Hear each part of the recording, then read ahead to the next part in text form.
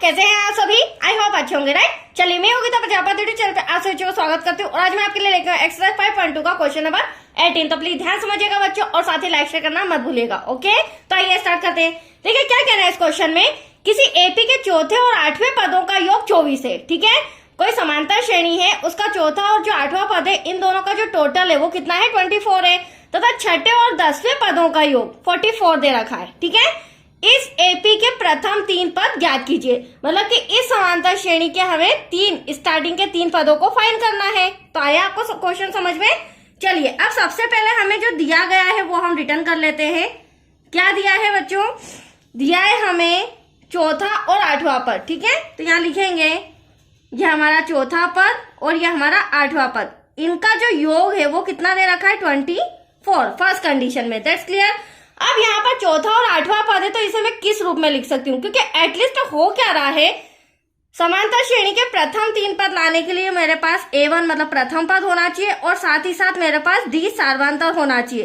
इन दोनों चीजों के लिए मुझे इन्हें डिटेल में लिखना होगा, राइट? डिटेल में लिखने का मतलब मैंने आपको पहले भी समझाया है। सॉरी, प्रथम पद A4 को मैं लिख सकती हूँ प्रथम पद प्लस, अब यहाँ पे चौथा पद दे रखा है तो एक मतलब 4th पद बोला है तो 1 माइनस कर देंगे तो 3D हो जाएगा, राइट? पहले भी समझाया था मैंने। इसी प्रकार जो आठवां पद है उसे भी मैं लिख सकती हूँ प्रथम पद प्लस 8 में से 1 माइनस कर देंगे तो ये 7D हो जाएगा इक्वल टू में 24। That's clear. इस रूप में मैंने लिख लिया। अब हम नेक्स्ट स्टेप क्या करेंगे बच्चों, इनको प्लस कर लेते हैं। तो 2A और A कितना हो जाएगा? 2A हो जाएगा, प्लस का साइन 7 और 3 कितना हो जाएगा? 10D हो जाएगा इक्वल टू में 24। यह आया है हमारा इक्वेशन नंबर फर्स्ट। और आप देख सकते हैं यहाँ कहीं ना कहीं हमारा प्रथम पद और D सार्वंतर भी नजर आ रहा है। अब जो आप ये सेकंड कंडीशन देख रहे हैं ना, छठवें और 10वें पद का योग 44 है, इसके थ्रू में मैं इक्वेशन सेकंड लेके आऊंगी और दोनों इक्वेशन को कंपेयर करके हम A और D फाइंड कर लेंगे। That's clear.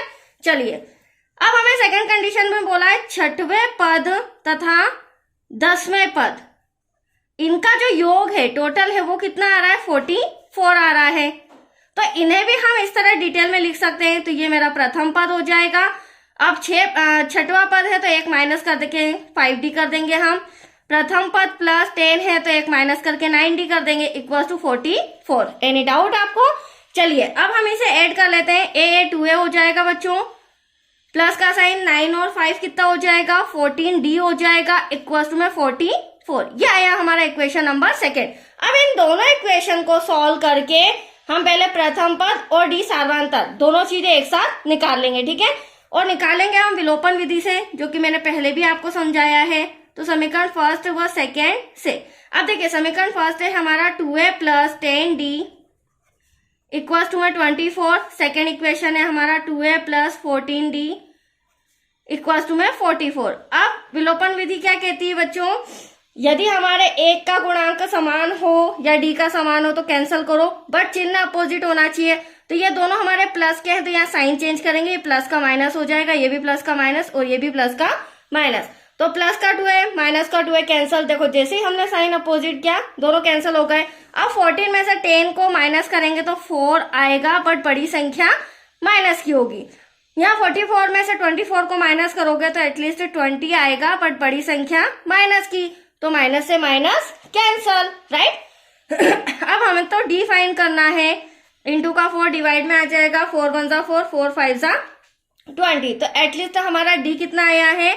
D equal to आ चुका है आपका 5, जो कि सार्वंतर है। अब इसका D का मान या तो हम समीकरण फर्स्ट में रखे या सेकेंड, किसी में भी रख के हम क्या निकालेंगे? A मतलब कि प्रथम पद निकालेंगे, राइट? तो चलिए यहीं पर पार्टीशन करके मैं D का मान रख रही हूं। तो D का मान समीकरण, यहां पर मान आ जाएगा बच्चों, D का मान समीकरण 1 में रखने पर, समीकरण 1 आपके सामने रिटर्न है 2A plus 10D equal to में 24। 2A ऐसा का ऐसा प्लस 10, बट D के प्लेस पर क्या आ जाएगा? 5 आ जाएगा। तो यहाँ हम ब्रैकेट में लिख देंगे 5 क्योंकि ये मल्टीप्लाई में है, राइट बच्चों? 2A ऐसा का ऐसा 10 का 5 में करेंगे 50 हो जाएगा इक्वल टू 24। 2A 24 ऐसा का ऐसा प्लस का 50 इधर आके माइनस का हो जाएगा।